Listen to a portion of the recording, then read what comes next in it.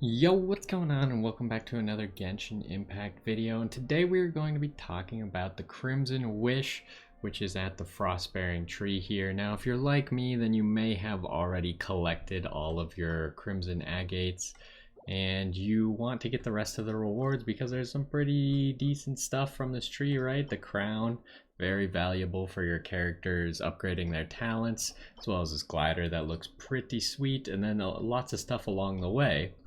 Now, I'm already, I believe, as far as you can get right now. Granted, I need to go pick up these, but that's what we're going to do right now. So, to level up the tree, every time you need 10 Crimson Agates. But once you reach the max, or like you reach all the ones that you can collect, you don't actually get to the max level. There's not enough of them to get you to this level 12 tree, which is the final level of the tree. In fact, I think you only get to level 8 with 9 agates in here, so you're 1 away from level 9.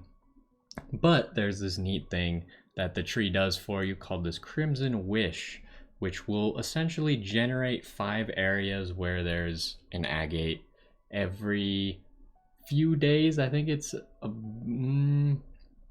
like twice a week is what I believe this timer resets on. So twice a week you can get 5 more of these, which means every single week you'll be getting 10. So 1 more level every single week. Now, if you're trying to do this, you're going to look at your map and you can see them. They're very easily marked and they're going to give you one of these. Now, there's different challenges, so we'll go ahead and run over to them because the challenge at each of them is going to vary from killing enemies to shooting targets to doing just a whole bunch of random activities that I'm sure you've seen in other events, or like the time challenges and stuff. All of that stuff can be seen in this little way to gather these Crimson Agates. Now, the enemies aren't anything special. They're pretty much just at whatever world level you... I don't know how I just canceled that. That was kind of weird. They're pretty much just at whatever world level you're at. So, this one said, I believe, defeat 4 opponents. Yeah, you can see it once you get close enough on the left, it tells you what you're actually trying to do. So we just got to defeat all 4 opponents. Unfortunately, one of them was this Abyss Mage, and he's quite tanky, but he will fall just like the rest. And then once you complete it, you can just watch the left side here. Or did it already pass? Oh, there it is. Okay, it just took a little second. So it will appear there. You'll just get it. You don't have to pick it up. It's not located anywhere. It doesn't spawn somewhere. You just do whatever the event is and you instantly get one of those. Now, I would recommend just running through and doing all 5 at the same time, because you can get it out of the way in a few minutes, much like doing your dailies or something. Oh, this one's up there? Are you kidding me? Well, I went the complete wrong way. I should have probably gone to a different higher up node, but now we're locked in, so we're gonna climb it. Zhongli is taller, so I like to use him to climb, because I think because he's taller, technically uses less stamina, because he starts higher up and like finishes the climb sooner. So I'm pretty sure there's actually an advantage to using a taller character.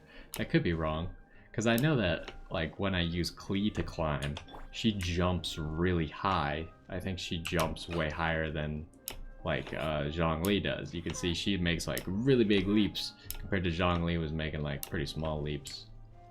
Okay, so what exactly are we doing here? Light this torch just so we don't get too cold.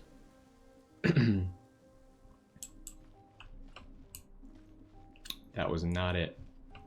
Oh, there it is. Alright, so this looks like it's going to be a time challenge, which will just make you collect these little orbs. The little orb challenge is actually new to Dragonspire. Although we kind of had it with the gliding event. We had the orbs, but you didn't have to collect the orbs. The orbs just gave you energy to do the little sprint thing with the glide. But there you see right away, once we finish it, it instantly adds it to our inventory. And there's going to be a total of 5 of these, and just go to each single zone. They're fairly easy to locate because this symbol is pretty distinguishable, and it looks like the tree only in blue form. So just go to all of them, do whatever the challenge is there, and you'll get an extra 5 2 times a week, which means you're getting 10 a week for an extra level, and you'll be done in no time, even if you're too lazy to collect some of the agates. I think this will make up for it. I guess we'll have yet to see once we get to the end of the tree if you actually need to collect all of the agates and do this multiple weeks in a row, if it just like stops once you should have enough, or if it just keeps going infinitely and you could in theory collect 0 of these but do all the challenges every day and actually get to the end. We'll find out at some point, but either way, this is a good way to work your way there while we're waiting. Hopefully you enjoyed this one, hopefully you found it useful, and I will see you next time.